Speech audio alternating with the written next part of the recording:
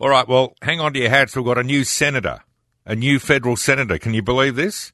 From the Liberal Democrat, Senator Duncan Spender takes his place in the Parliament starting, of course, this week. Now, this follows the exit of former Senator David Leyonhjelm, who was seeking an upper house position in New South Wales. I'm told he's very likely to get one of those. We won't know exactly until 2 or 3 weeks transpire, but it looks pretty good for David Leyonhjelm there.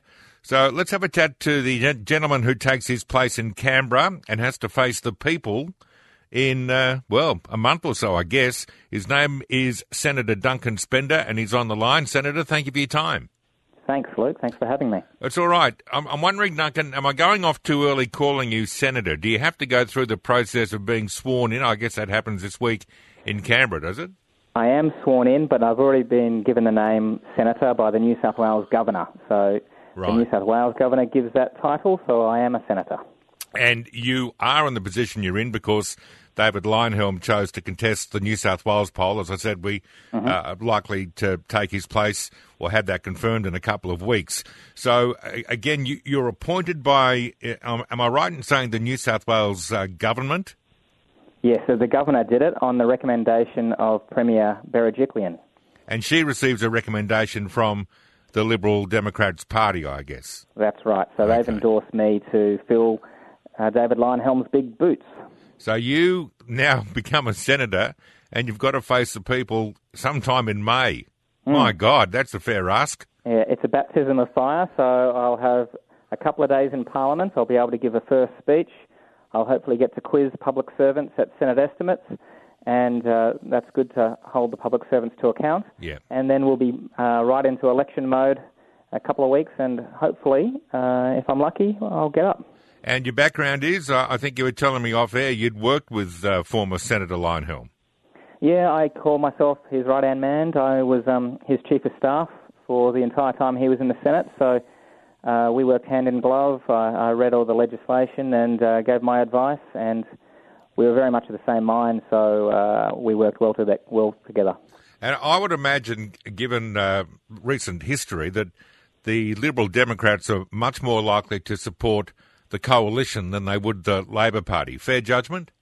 Yeah, fair judgment. Labor Party in the past was pretty good under Hawke Keating, but they've moved a bit more in a socialist direction. Workplace relations, they don't seem to have a great idea anymore, and pretty simplistic politics, unfortunately. So at the moment, yes, we'd be probably more likely to support the coalition. Not that they've done a great job either. No, They're not particularly good on civil liberties or anything like that we support. Yeah. All right, there's a couple of issues here. First issue is this. You've boldly come out and said, now, if I was a treasurer, I'd do things a little differently. One of those things you put forward is the cutting of taxes to save Australians more than $10,000 a year. Now, the obvious question to flow from that is, how can you cut tax by that much and not cut services potentially by even more? Tell me what your thinking is there broadly. Well, we admit that we would cut services, but the services we would cut would be for people who don't need the services, like me. I'm now in a plum job that pays hundreds of thousands of dollars, but I'm still eligible for various government services that I don't need to get for free. So that's not just middle-class welfare like childcare support that goes up for families of up to $350,000, which is amazing that people that well off should be given subsidies. They don't need it. But also free public school. I have my kids in 2 great public schools in New South Wales. They are convenient and they're good quality, but I should be able to make a contribution, and I should be required to make a contribution, particularly now that I've got this very highly paying job. It wouldn't hurt the public service, it wouldn't hurt the public schools for people such as myself to make a contribution. So there is plenty of ways to save spending, and not just on those services. There's still a lot of industry assistance in this country which we just don't need, and we don't need to provide as much foreign aid other than in emergency situations. People can make their own decisions about which countries they want to support and which charities they want to support. So there is a lot to cut in the budget. Most of the spending that exists just exists out of history, and also, unfortunately, out of very effective lobby groups who aren't serving the public interest. It's interesting you say that. You're right. We probably do a lot of this stuff because we've always done a lot of this stuff. So if we look, for example, at Medicare, what you would say is that, yes, we do have free health or public-funded health for a number of people, but those people would be low-income earners and welfare recipients. Other than that, if you're earning an income, you'd be required to contribute. So do you do that by increasing the Medicare payment that people are required, or just you don't get the card, you can't lob? If you need help, you got to go and sort it. If you've got private health insurance, then good luck to you, you're on your way. We'd have a scaled system where only the very well off would get nothing from taxpayer, and the very poor or the chronically ill would get 100% support just like they get now. But people in middle incomes would pay a proportion. They'd still have a Medicare card, but we already are able to perfectly means test payments like family payments and welfare payments. There's no particular difficulty in making people pay a proportion of their medical costs according to their income. All right, so the contra is people on higher incomes pay more tax in dollars spent. Aren't they entitled to get some kind of return? Yeah, and the return they should get is tax cuts. So the idea that we impose massive taxes, particularly on well-off Australians who've worked for that money, and then say, okay, but we'll just provide some services that you don't particularly want, you haven't particularly asked for, and we'll make sure the public servants take a massive cut along the way. No one would choose that would be the way they want things done. Much better to go down our path. The Liberal Democrats have a policy, as you mentioned, of saving an average taxpayer $10,000, $8,000 of which would be income tax cuts, and you'd have more money in your pocket so that you can choose which doctor, which hospital you want to use, which school you want to go to or send your kids to. So this is effectively saying to the taxpayer, listen, we'll give you the money back, and it's almost like a concession because you're probably going to spend it better than we can. And there'd be less of the government telling you how to spend your money as well, because at the moment they're telling you, oh, don't smoke, we'll put a massive tobacco tax on, which is more than three-quarters the cost of a pack. Don't drink, we've got massive alcohol taxes, and if you live a long way from your job and you drive a long distance, bad luck, we've got a massive fuel tax on you. So we've got a government telling us how to spend our money as well. Of course, you're not going to get the support of the Liberals or Labor when it comes to submitting something like this, but it at least gets the conversation started, doesn't it? Yeah, and they squirm in their seats in the Parliament when I've seen David Leyonhjelm point out these issues because they can't justify their positions, and hopefully with continuing representation of the Liberal Democrats, we'll continue to see them squirm. I think it's a great point, particularly the observation, and it's. I think many of us look at the body politic and what happens, particularly in Canberra, and we go, "What the hell is going on there? Can you do something that's at least relevant to me?" And much of because I do this PC stuff and these other issues that come up from time to time that look like they might end up being a challenge in the polls for the major parties. They don't tackle the everyday stuff. And I concede you're probably right. There's lots and lots of the budgetary process that's in place because it's always been in place, not because it's necessarily the right thing to do now. Also because they spend so much time on the PC stuff. I've been working with David Leyonhjelm for the past 5 years in the Senate, and the amount of business we get through is paltry compared to the amount of time we spend there listening to people speak about how good they are and virtue signalling. It is a waste of time. We spend so much time in the Senate scratching our heads going, can't we actually even pass some legislation? We probably don't agree with the legislation, but let's just vote on it. It's very frustrating. Now, the other issue I wanted to talk to you about was this idea that for some, not all prescriptions, you could go to your pharmacy with a prescription that gave you 2 months' supply, not one. And I think the argument's been made that what that would do is save the average Australian who has these sort of prescriptions maybe a couple of $100 a year because there'd be less of these dispensing fees, which are around $7. Now, I think for lots of people, and I'd be one that would be benefit from this, you go, gee, that's not a bad idea, because you go to your doctor every 6 months anyway to get a, yes, you need more, or no, you don't, or we'll adjust it this way or that way, why we have to go every month when we could go every second month. So what stopped this? First of all, where's the idea started? Because from what I've read, it was from an independent body. Is that right? Independent body made up of doctors, bureaucrats and pharmacists.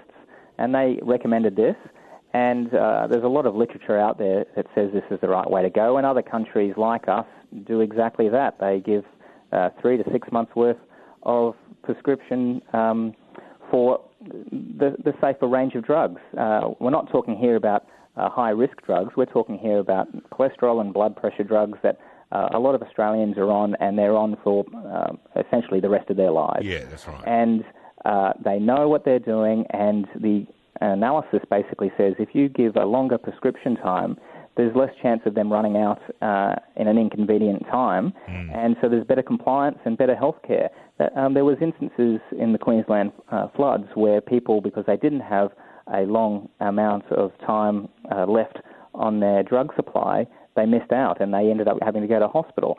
The idea that you can have more than 1 month's worth of supply is proven to be healthy. The only downside is the loss of dispensing fees for pharmacists, for pharmacy owners in particular, and that's what's caused the Pharmacy Guild, which is an association of pharmacy owners, to kick up a stink and basically blackmail the government into backing down. Yeah. They're the most powerful lobby group in Australia because of the misplaced trust that Australians have in the white coat standing on high behind the counter, and they really are abusing their trust. There's no argument here other than they want their dispensing fees. They want 2 dispensing fees when otherwise there would be 1. I'm speaking to the new Liberal Democrat Senator Duncan Spender. He's a gentleman replacing David Lyon, who, of course, will be in the New South Wales Parliament. You just said something there I need to get clarification on, which is the misplaced trust of the white coat-wearing soul behind the counter. Just walk me through that, because I think most Australians would have healthy respect for any medical professional who gives them assistance, and obviously from time to time that would be the pharmacist. Why misplaced? The main point to make here is that the Pharmacy Guild, the most powerful lobby group in Australia, doesn't represent all pharmacists. They represent pharmacy owners. Now, pharmacy owners are often the enemy number 1 of pharmacists, because pharmacy owners have an absolute monopoly control on who can dispense drugs in this country under our pharmaceutical benefit scheme. And so they restrict the number of pharmacies that exist in the country. They stop pharmacists coming out of college from setting up their own pharmacy. So how do they do that, mate? How do they do that? Because there are federal rules that basically say you can only have 1 pharmacy in a shopping centre or 1 pharmacy within a certain kilometres radius of any other pharmacy. Jeez. It's a rule that doesn't apply to any other business in the country. If you want to set up a dry cleaners, you can set one up in the same shopping centre or in the same suburb as someone else. Yeah. If you want to set up a gym, you can do the same, but not with pharmacies, because the Pharmacy Guild has asked it of government, and they have the government over a barrel, and government has caved. So there's a small number of pharmacy owners in this country who basically lock out competition, lock out new pharmacy students coming in and starting up their own pharmacy, and they are squeezing the Australian public dry. They make a mozza. Wow, gee, I reckon we've all learned a fair bit from that, not realising that it was such a closed shop. So, in other words, the $7.40 or 90 or whatever it was, Greg Hunt, the Minister, Federal Health Minister, says, gee, that's not a bad idea. It'll save Australian people a couple of $100, and they're going to come out this week and say, oh, wow, we're giving you $100 to help with your electricity bill. Aren't we heroes? They could have saved us all $200 or something like $200, some of us, with this idea. So is it as simple as he's caved, or is there a good argument against the 2-month prescription?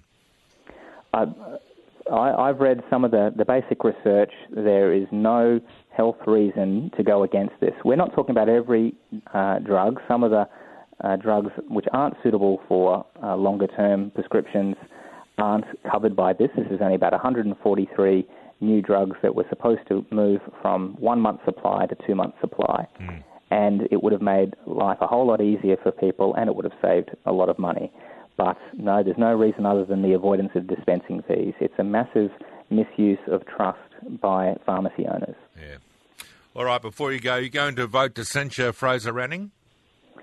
Yes, I believe he has free speech and a right to say his views, but as it happens, I also have free speech and a right to say my views. I don't agree with particularly, I think, the last paragraph of the press release in question and a couple of the tweets that he gave, so I'm going to express my view that I disagree with that, but I'll always deal with all senators amicably and keep lines of communication open because free speech is what keeps our country great.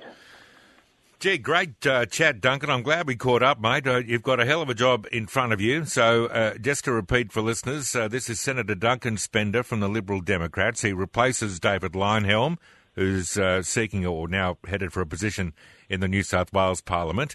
The election's in May. He sits in the Senate for the first time this week. Then he's got to convince a number of you to give him another crack in a month's time. It's not an easy job, but that's probably why you're on the big bucks. Good to talk to you.